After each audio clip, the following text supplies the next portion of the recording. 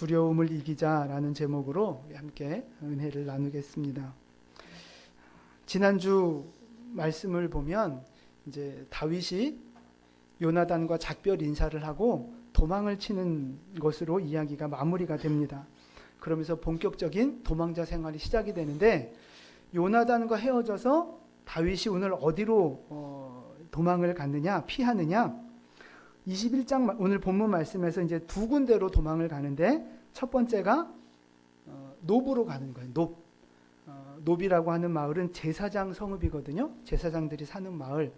거기에 대제사장이 있었던 것으로 봐서 법궤도 거기 있고 임시 성소가 아마 거기 있었던 것 같아요.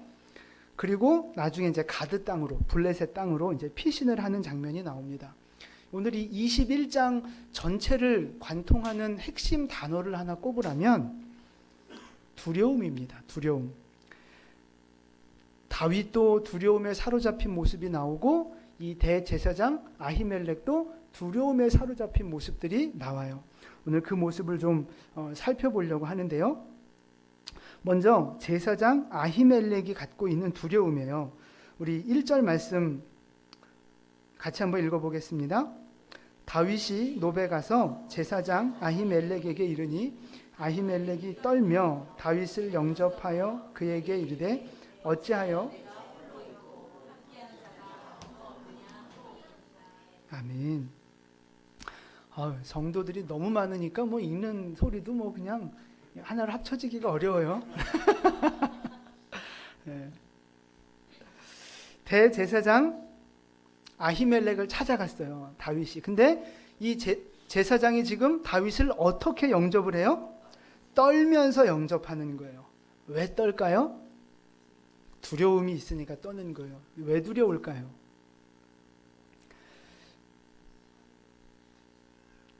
19장에 가보면 무슨 말씀이 나오냐 하면, 사울 왕이 모든 신하들에게 다윗을 죽이라 공개적으로 명령을 내려요. 그러니까 이제 얘는 국가의 공공의 적이 된 거죠. 이제 반역자 뭐 이렇게 된 거예요. 원래 실세로는 2인자였는데 하루아침에 이제 공공수배가 된 인물이죠. 근데 아히멜렉이 그걸 몰랐겠어요? 알았죠.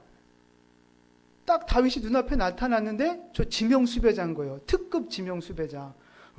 뭐 이런 마음이 들지 않았겠어요? 이걸 지금 다윗이 눈앞에 있는데 사울왕한테 가서 꼰질릴 수도 없고, 이건 전문 용어가 아니죠. 네, 고발할 수도 없고, 뭐 이렇게 그렇다고 다윗을 자기가 잡을 수 있는 것도 아니고 두려움이 찾아오는 거예요. 그래서 두려움 떨면서 다윗을 이제 영접하면서 대화를 이어나가죠.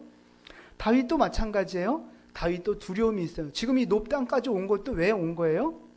사울이 무서워서 피해서 온 거예요. 그리고 여기서 이제 높 땅을 떠나면서 어디로 가요?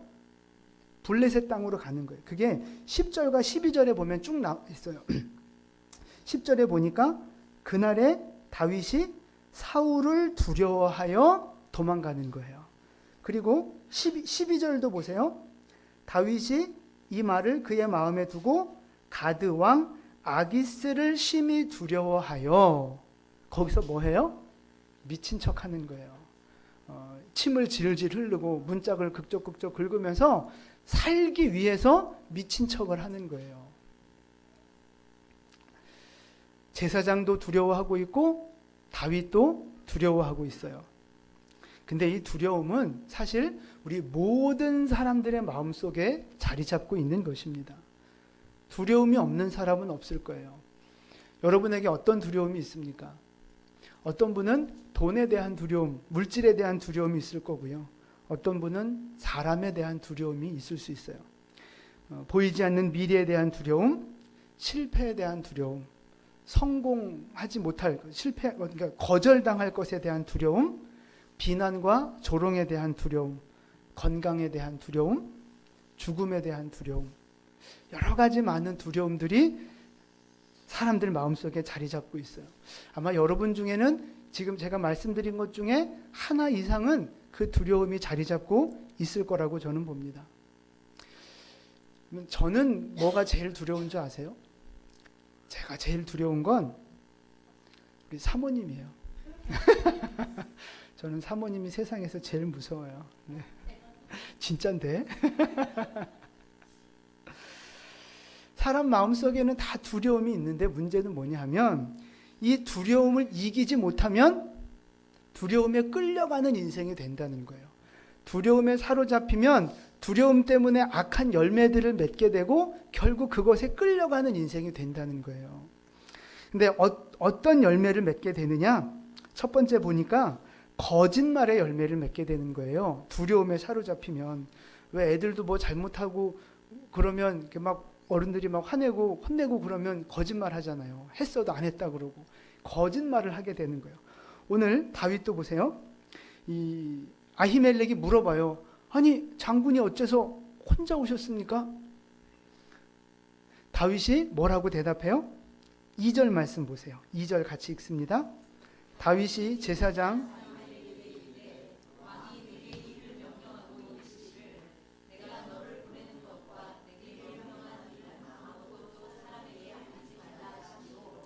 내가 나의 소년들을 곳으로 오라고 말하였나이다. 아멘. 지금 무슨 말을 하는 거예요? 그렇죠. 뻥치는 거예요. 왕이 자기한테 은밀하게 뭐 시킨 게 있어서 지금 비밀리에 지금 이제 이 작전을 수행하는 중이다. 뭐 이제 이렇게 뻥을 치고 있는 거예요. 거짓말이죠. 두려움에 사로잡히니까 고발되면 안 되고 뭐 이런저런 이유 때문에 거짓말을 하는 거예요. 그리고 아히멜렉은 두려움에 사로잡혀서 무슨 짓을 하느냐? 불법을 행하는 거예요.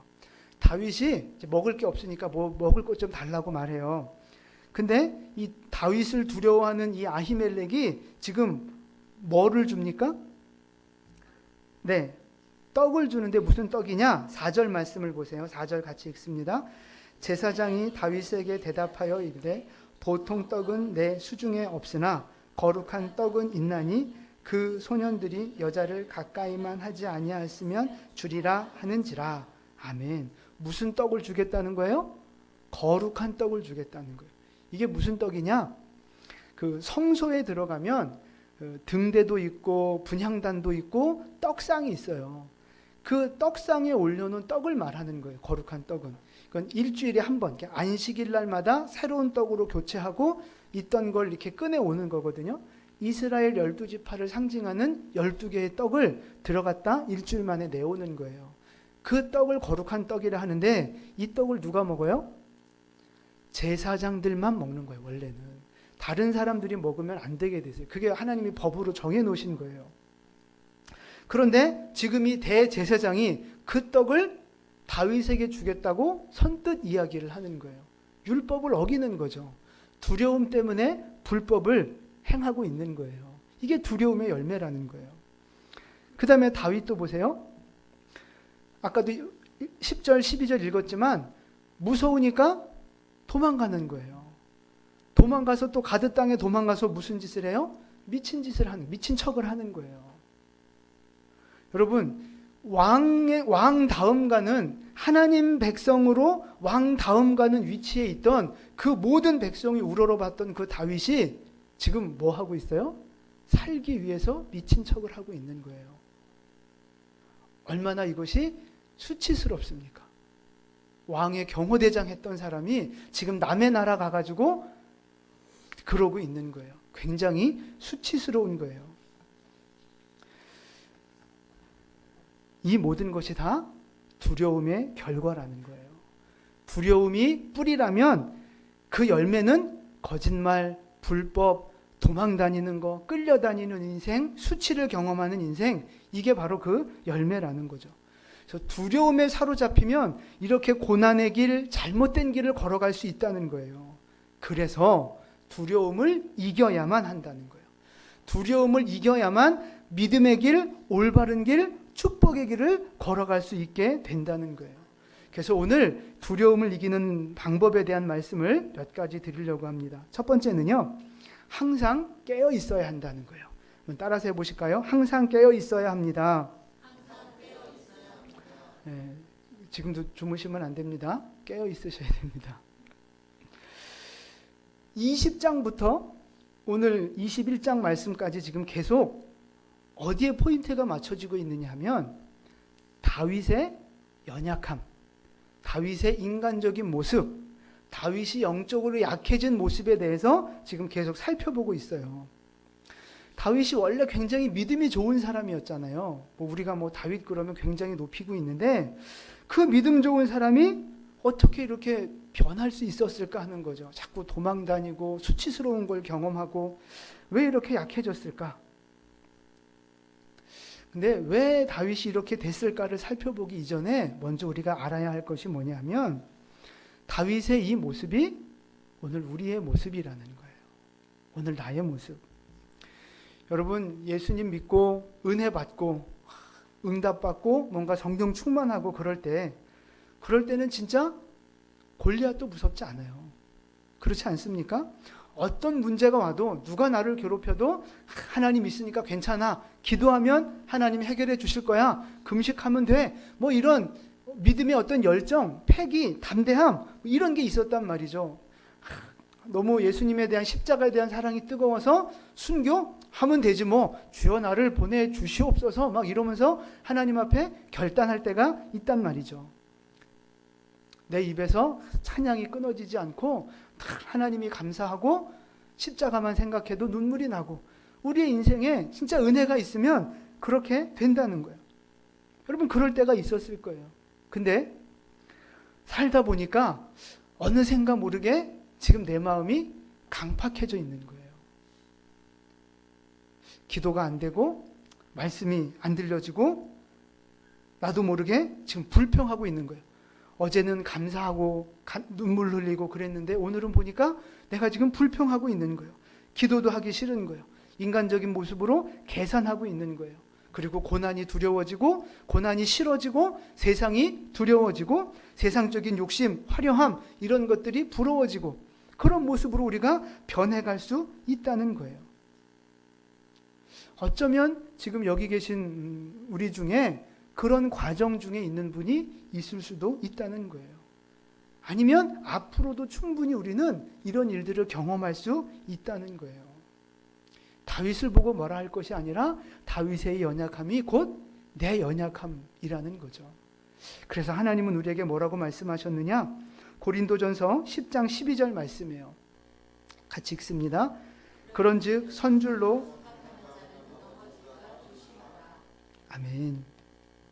선줄로 생각하면 내가 됐다, 이 정도면 괜찮다, 그렇게 생각할 때일수록 더 조심해야 된다는 거예요. 여기서 조심한다는 말이 무슨 뜻이냐면 내 자신을 살펴보라 하는 거예요. 그러니까 거울로 나를 잘 보듯이 나를 살펴보라는 거예요. 내가 잘하고 있는 게 맞는지, 내가 부족함은 없는지 나를 점검해 보라는 거예요. 잘할수록 보통 나는 잘해 괜찮아 그러면 자기를 잘 안 돌보거든요. 잘하는 것 같으니까. 그런데 그럴수록 나 자신을 더 돌보라는 거예요. 살펴보라는 거예요. 왜 기차나 전철이나 비행기나 이런 큰 대중교통수단은요, 하루 운행을 마치고 오면 꼭 뭐 하는 시간이 있어요? 정비하는 시간이 있어요. 정비하지 않고 그냥 나갔다가 사고를 많이 당하죠. 그래서 무슨 이렇게 큰 대형 사고 나면 꼭 무슨 기술적인 문제였다 이게 아니라 꼭 따라오는 말이 뭐예요? 이건 인재다 이런 말 하잖아요. 이번에 지금 화재 난 것도 결국 인재다 이렇게 말하잖아요. 점검만 제대로 했어도 예방할 수 있었던 사고를 소홀히 했기 때문에 이런 사고가 났다 이런 거예요. 근데 우리 영적으로도 마찬가지예요. 내 자신을 돌보지 않으면, 내 영적인 모습을 내가 늘 이렇게 살펴보지 않으면 괜찮은 줄 알았는데 어느 날 보니까 이미 지금 세상에 빠져 있는 거예요. 어느 날 보니까 이미 지금 내가 세상적인 생각을 하고 있고 골리앗이 무서워 보이고 사울이 무서워 보이고 그런 거예요. 돈에 끌려가고 사람에 끌려가고 정신 차려보니까 그러고 있더라는 거죠. 그게 우리의 모습이라는 거예요. 그래서 항상 기도와 말씀으로 깨어 있어야 한다는 거예요. 말씀을 쉬시면 안 되고요. 기도를 쉬시면 안 된다는 거예요. 기도와 말씀이 우리의 삶 가운데 끊어지면 나를 점검을 안 하는 거예요. 그러면 반드시 사고로 이어집니다. 반드시 인생에 문제가 생기게 돼 있어요. 그래서 꼭 뭐 하셔야 돼요? 큐티 책을 주문하셔서 매일 묵상을 꼭 하셔야 돼요. 진짜로요. 세상에 기도와 말씀 없이 성장할 수 있는 믿음은 없습니다. 기도와 말씀 없이 성장할 수 있는 믿음은 없어요. 그래서 예수님도 시험에 들지 않게 깨어 기도하라 이렇게 말씀하셨어요. 이걸 뒤집으면 뭐예요? 기도하지 않으면 시험에 든다는 거예요. 기도하지 않으면 문제가 생긴다는 거예요. 말씀을 가까이 하지 않으면 사고가 난다는 거예요. 그러니까 그렇게 하지 않으려면 늘 조심하라, 스스로를 점검해라 말씀하고 계신 거예요. 여러분, 지금 잘하고 있다, 나는 지금 서 있다 라고 생각하는 분들이 계시다면 시험에 들지 않도록 계속해서 깨어 기도하시기를 바랍니다.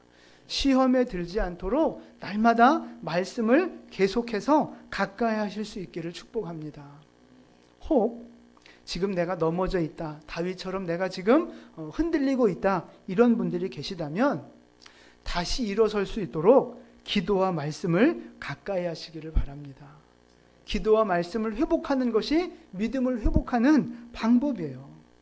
나는 그 고난을 이길 수 있는 힘이 없지만 말씀이 들어오고 기도의 자리를 지키면 하나님이 힘을 주시는 거예요. 하나님이.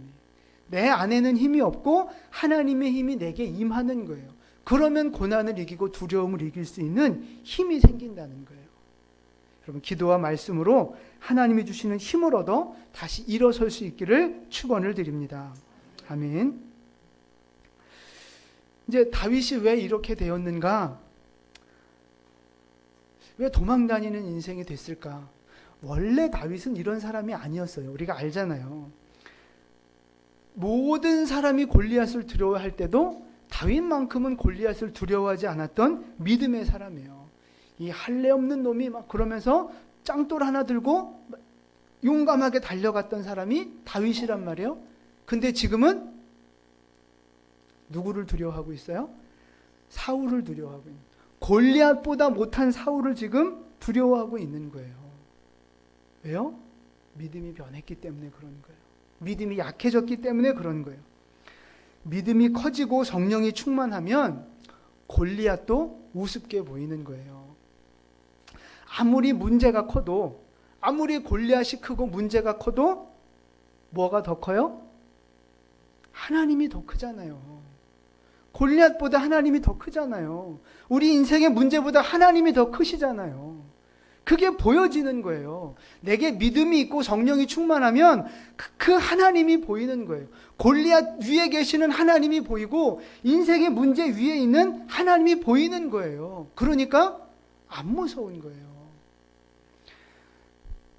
여러분, 개를 좋아하십니까? 저는 고기는 좋아하는데 길거리에 개를 이렇게 가다 보면 큰 개들을 만날 때가 있는데 그러면 굉장히 좀 안 좋아요. 전 옛날에 개한테 한번 물렸던 기억이 있어서 개를 아주 싫어해요. 그래서 저는 개를 보고 그냥 개라고 부르지 않아요. 늘 개땡땡이라고 부르죠. 근데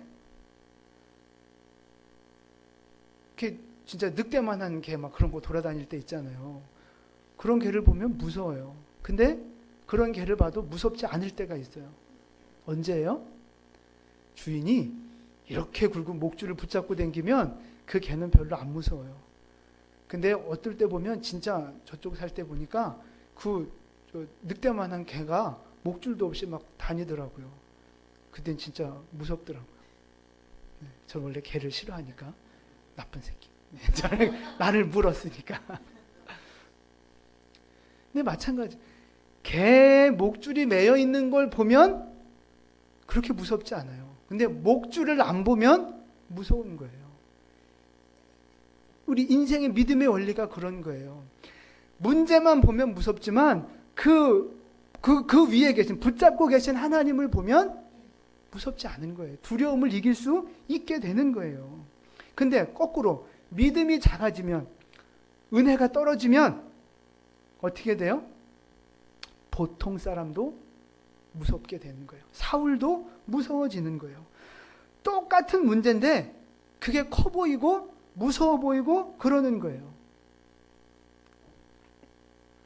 세상이 두렵게 보이고 돈이 무섭게 보이고 사람이 무섭게 보이는 거예요. 그러니까 자꾸 돈으로 해결하려고 하고 돈을 붙잡으려고 하고 사람 붙잡으려고 하고 막 그렇게 되는 거예요. 그 바탕에 다 그것에 대한 두려움이 있기 때문에 그것으로 해결하려고 하는 잘못된 방법이죠. 믿음의 방법이 아니라 인간적인 방법을 쓰는 거예요. 그래서 진짜 중요한 건 뭐냐면 문제가 있냐 없냐 이게 중요한 게 아니고 문제가 큰 문제냐 작은 문제냐 이게 중요한 게 아니고 내 믿음이 어떠하냐 이게 중요한 거예요. 내 믿음이 크냐 작으냐 이게 중요한 거예요.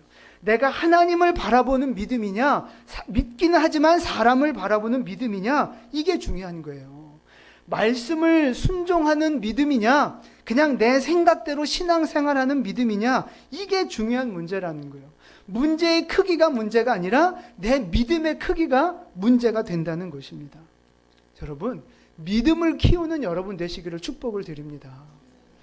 우리가 자라면서 막 키가 얼마나 크냐 막 이렇게 키도 재보고 막 그러잖아요. 너는 170도 안 돼, 180도 안 돼 막 이러면서 사람들은 키에 관심이 많은데 진짜 우리가 관심 가져야 될 건 뭐냐면 믿음의 키를 믿음을 키우는 데 관심 가져야 된다는 거예요. 여러분 지금 맛있는 거 많이 드시고 보약 드신다고 지금 여러분 키가 더 커지겠습니까? 이제 그럴 나이는 지났잖아요. 그러니까 이제 육신을 돌보기보다 하나님 앞에 갈 날에 가까워오고 있잖아요. 영혼을 돌보는 일에 우리의 믿음을 키우는 일에 힘쓸 수 있기를 축복을 드립니다. 그 믿음을 키우는 것이 중요한데 그래야 두려움도 자연스럽게 이기게 되는데 믿음을 키우는 방법이 뭐냐 하는 거예요. 믿음을 키우는 방법. 여러 가지가 있겠지만 제일 중요한 게 기도와 말씀으로 돌아가는 거예요. 기본으로 돌아가는 거. 하루 3끼 밥이 보약이라 그러잖아요. 잠 잘 자고 밥 잘 먹으면 그게 가장 건강한 길이잖아요. 영적으로도 마찬가지예요. 기도와 말씀이 우리 믿음의 건강에 가장 기본이 된다는 거예요. 인생을 살다 보면 믿음의 길을 걸어가다 보면 두려움이 참 많이 오는데 제 안에도 이제 그런 두려움이 있어요. 보니까 이 교회가 잘 이렇게 성장되지 않는 것에 대한 어떤 그 두려움, 예산의 문제도 그렇고 내가 평생 은퇴할 때까지 이렇게 되는 건 아닐까? 내가 늙어서 고생하는 건 아닐까? 우리 가족 고생시키는 건 아닐까? 성도들이 진짜 이렇게 좀 믿음으로 말씀으로 이렇게 성장되면서 복을 받아야 되는데 나 때문에 그냥 이런 믿음의 모습으로 그냥 이렇게 살아가는 건 아닐까? 또 이렇게 행사가 있고 또 이렇게 문제가 닥쳐오면 이 문제가 잘 안 되면 어떻게 될까? 이런저런 고민들이 많아요. 두려움이 있고 그래서 뭔가 이렇게 뜻대로 잘 안 되면 낙심이 되죠. 그냥 하지 말까? 그냥 내버려 둘까? 그냥 포기할까? 그런 생각도 들고 또 제가 제일 이렇게 목회하면서 제일 무서운 것 중에 하나가 뭔지 아세요? 성도님들이 표정이 바뀔 때가 있어요. 표정이 바뀔 때. 평소에는 목사님, 집사님 막 이러는데 어느 날부터 교회 오는데 이러고 인상 쓰고 오는 거예요. 그럼 좀 무서워요. 저분이 또 저래다가 또 딴 데 간다는 거 아니야? 막 성도들 인상이 바뀌면 그리고 막 이렇게 연락 잘 안 하다가 연말 때쯤 돼갖고 갑자기 목사님 그리고 전화하는 사람 진짜 무서워요. 저 내년에는 이러면서 그런 일들이 벌어질 때마다 참 마음이 낙심이 되고 인간이기 때문에 걱정도 되고 두려움도 되고 그래요. 그러면서 이제 진짜 부정적인 생각도 많이 하게 되죠. 근데 그럴 때마다 결국은 다시 나를 살리고 다시 내가 일어설 수 있는 힘은 어디서 오느냐? 제가 보니까 기도와 말씀으로 돌아갈 때 회복이 되는 거예요. 아마 여러분들도 동일할 거라고 저는 믿습니다. 근데 뭐 기도할 때마다 은혜가 되고 응답이 되고 말씀을 읽을 때마다 뭐 은혜가 되고 감동이 되고 눈물이 나고 뭐 그런 거 아니에요. 어떨 때는 기도도 안 되고 성경 책장은 넘어가는데 도대체 뭔 소리인지 모르겠고 이럴 때도 있어요. 그러나 그럼에도 불구하고 그 믿음의 자리를 지키고 기도의 자리를 지키고 그 말씀을 붙들고 하나님 앞에 서서 버티고 견딜 때 하나님이 때가 되면 회복시키시고 위로해 주시고 또 응답도 주시고 내 길을 결국은 축복의 길, 복된 길로 이끌어 가시더라 하는 것입니다. 육신을 입고 있는 연약한 우리 모두 동일하다고 저는 믿습니다. 힘들지만 기도하는 것도 힘들죠. 말씀 읽는 것도 힘들죠. 사명 감당하는 것도 힘들죠. 인생의 고난 그거 감당하기도 힘들죠. 그러나 하나님 앞에서 믿음의 자리를 지키다 보면 하나님이 결국 우리를 이끌어 가시는 거예요.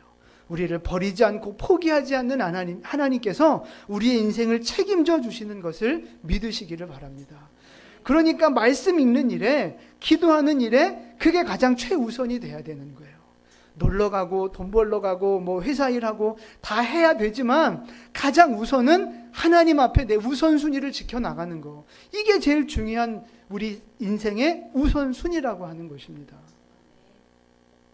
그러니까 뭐 바빠서 뭐 교회를 못 하겠어요. 뭐 바빠서 뭐 성경 못 읽었어요. 바빠서 뭐 못 하겠어요. 제발 이런 소리 좀 하지 마세요. 뭐 세상에 안 바쁜 사람 어디 있어요? 뭐 봉사하고 기도하는 사람 뭐 할 일 없어서 나온 줄 아세요? 아니잖아요.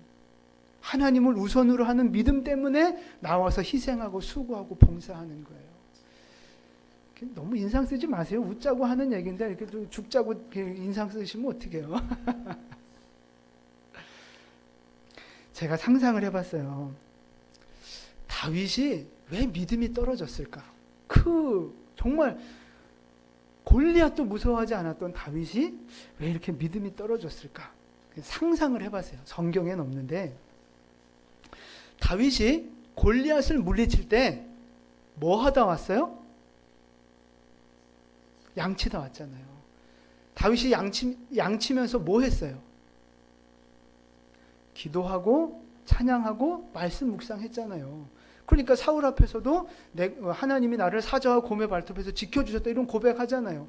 양치면서 그러니까 아마 그렇게 많이 바쁘진 않았겠죠. 풀 뜯고 와 뭐 이러면서 약간 그러니까 시간 날 때 뭐 해요? 찬양하고 말씀 묵상하고 하늘 보며 산을 보며 하나님 생각하고 성령 충만했던 거예요.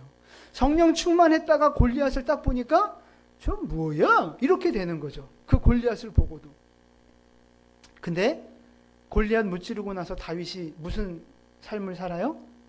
왕궁의 삶을 살잖아요. 먹을 거 많아지고 화려해지고 또 바빠지지 않았겠어요? 늘 사울 따라다녀야 되고 여기 전쟁 나면 가 해결해야 되고 이런저런 국정일 돌보면 얼마나 바빴겠어요. 이제 제 생각인데 그러면서 다윗이 조금 이렇게 흔들리지 않았을까? 바쁘니까 기도 안 하고 바쁘니까 말씀도 까먹고 바쁘니까 하나님 생각도 좀 덜 하고 이러다 보니까 점점 믿음이 약해지지 않았을까? 세상적인 생각과 가치관들이 자꾸 들어오면서 자꾸 인간적인 모습으로 변질된 건 아닐까? 그렇게 생각해 봤어요. 근데 아마 좀 맞지 않을까? 그렇게 생각이 돼요. 그럼 어떻게 생각하십니까? 네? 그래야지 아니라고 그러면 어쩌겠어요. 중요한 건 뭐냐면 바쁘다고 말씀과 기도를 멀리하면 안 된다는 거예요. 뭐 편한 것 같고 기도에 안 나오고 성경 안 읽으면 사실 얼마나 편해요. 그냥 주일날만 딱 예배 왔다가 얼마나 편해요. 근데 그러면 문제가 뭐냐면 기도와 말씀이 멀어지면 축복이 멀어진다는 거예요. 그리고 뭐가 가까워져요? 고난이 가까워지는 거예요. 기도와 말씀이 멀어지면 축복도 멀어지고 고난은 가까워지고 거꾸로 기도와 말씀이 가까워지면 축복도 가까워지고 고난은 멀어지고 이렇게 되는 거예요. 여러분 힘들고 어려우신 줄 알지만 기도와 말씀 이거 외에 우리가 영적으로 회복될 수 있는 길은 사실 없어요. 여러분 밥을 못 먹어서 배고픈 사람이 나 배고파 죽겠어. 나 좀 도와줘. 밥 차려주고 밥 먹었는데 밥 말고 뭐 다른 거 없어? 여러분 밥 안 먹어서 힘이 없는데 제일 좋은 건 밥 먹는 것밖에 뭐가 더 있어요. 근데 밥 안 먹고 자꾸 뭐 배고프다고 그러면 어떻게 하겠어요? 기도와 말씀으로 내 영혼을 채우셔서 여러분 진짜 하나님이 주시는 힘으로 세상의 두려움을 이기시고 골리앗을 이기시고 사울을 이기시고 승리하는 여러분 되시기를 축원을 드립니다. 아멘. 우리 손 집사님 아멘 소리 뭔가 결단하신 것 같았어요. 네, 기대하겠습니다.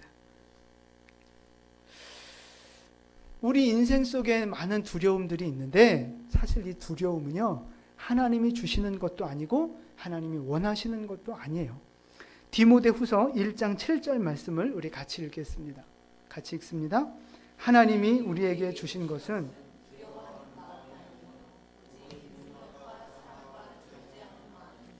아멘. 두려움은 하나님이 주신 게 아니라는 거예요. 사람에 대한 두려움, 문제가 닥쳐왔을 때의 두려움, 그거는 하나님이 주시는 게 아니에요. 하나님이 우리에게 주시는 건 뭐예요? 오직 능력과 하나님이 우리에게 주시는 것은 능력이라는 거예요. 능력. 다이너마이트와 같은 힘, 파워, 권세, 하나님이 우리에게 주신 것이 이거라는 거예요. 내 속에 뭐가 있어요? 능력이 있는 거예요. 능력이.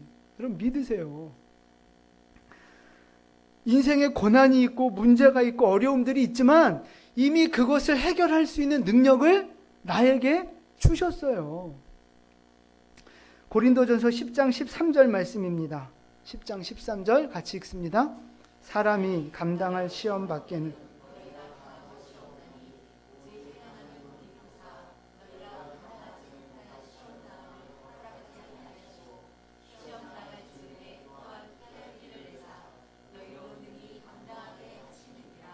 아멘. 능히 감당하게 하신다는 거예요. 왜? 나에게 주시는 고난은 내가 이미 감당할 수 있는 것만 주셨으니까. 피할 길도 주시고 하나님이 주시니까 큰 문제가 아니라는 거예요. 지금 여러분이 겪고 있는 고난이 있을 겁니다. 문제가 있을 겁니다. 여러분 그 문제 앞에서 포기하지 마세요. 왜?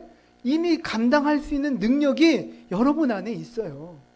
하나님이 주신 능력이에요. 내 인간의 능력이 아니라 나는 못해요. 내 인간의 힘으로는 이 인생의 고난을 감당할 수 없어요. 그러나 기도와 말씀을 붙잡을 때 하나님의 능력이 내게 임하는 거예요. 하나님의 은혜와 지혜가 내게 임하는 거예요. 그래서 내게 그 능력이 임함으로 말미암아 육신적인 보여지는 고난들을 이길 수 있게 된다는 것입니다. 비록 죽을 것 같고 정말 숨이 막힐 것 같고 정말 포기할 수밖에 없을 것 같은 마음이 든다 할지라도 그건 내 생각일 뿐이에요. 내 계산일 뿐이에요. 하나님은 말씀하시기를 이미 감당할 수 있는 능력, 피할 길 다 준비되어 있다 말씀하고 계시는 거예요. 근데 우리는 자꾸 내 생각대로 가는 거예요. 내 계산대로 빠져가는 거예요. 여러분, 내 생각을 믿지 마시고 하나님의 약속을 믿으시기를 바랍니다. 내 계산을 믿지 마시고 하나님의 말씀을 믿으시기를 바라요. 기도와 말씀으로 하나님 앞에 승부 거는 사람은 반드시 승리하게 될 줄 믿으시기를 바랍니다. 그래서 우리가 진짜 두려워해야 될 건요, 그 문제를 두려워해야 될 것이 아니라 하나님만 두려워하는 믿음, 그게 진짜 중요하다는 거예요. 하나님만 두려워하는 믿음. 마태복음 10장 28절 말씀이에요. 우리 같이 읽습니다. 마태복음, 몸은 죽여도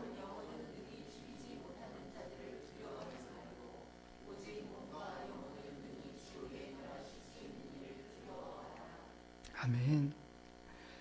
사람을 두려워하지 말라는 거죠. 세상을 두려워하지 말라는 거예요. 진짜 두려워할 분은 하나님이라는 것입니다. 여러분 마음속에 사람을 두려워하고 문제를 두려워하는 마음이 더 크십니까? 아니면 하나님을 두려워하는 마음이 더 크십니까? 뭐를 더 두려워하며 살고 있느냐 하는 거예요.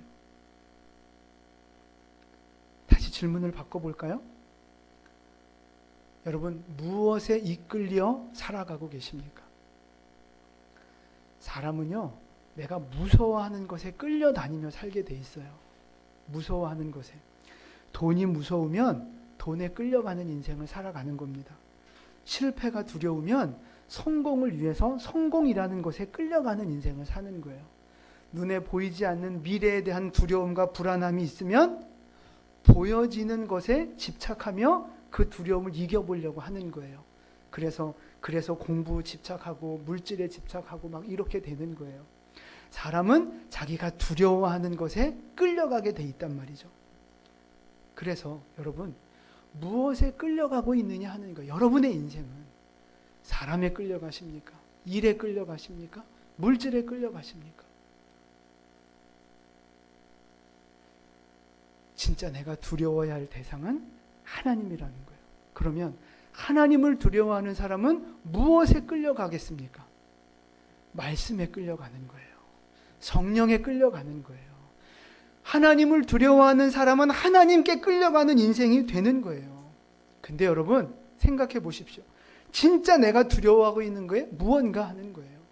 진짜 지금 내가 무엇에 끌려가는 인생을 살아가고 있는가 하는 거예요. 여러분, 더 이상 세상의 것이나 육체의 것을 두려워하며 그곳에 끌려가지 마시기를 축복합니다. 오늘 이 말씀을 통해서 여러분 정말 하나님만 두려워하셔서 하나님께 끌려가는 인생, 말씀에 끌려가는 인생 되시기를 축복합니다. 그래서 세상의 두려움을 이겨버리시고 문제에 대한 두려움을 다 깨트려 버리시고 하나님만 두려워하셔서 승리하는 삶이 될 수 있기를 예수님의 이름으로 축원을 드립니다. 아멘. 기도하겠습니다.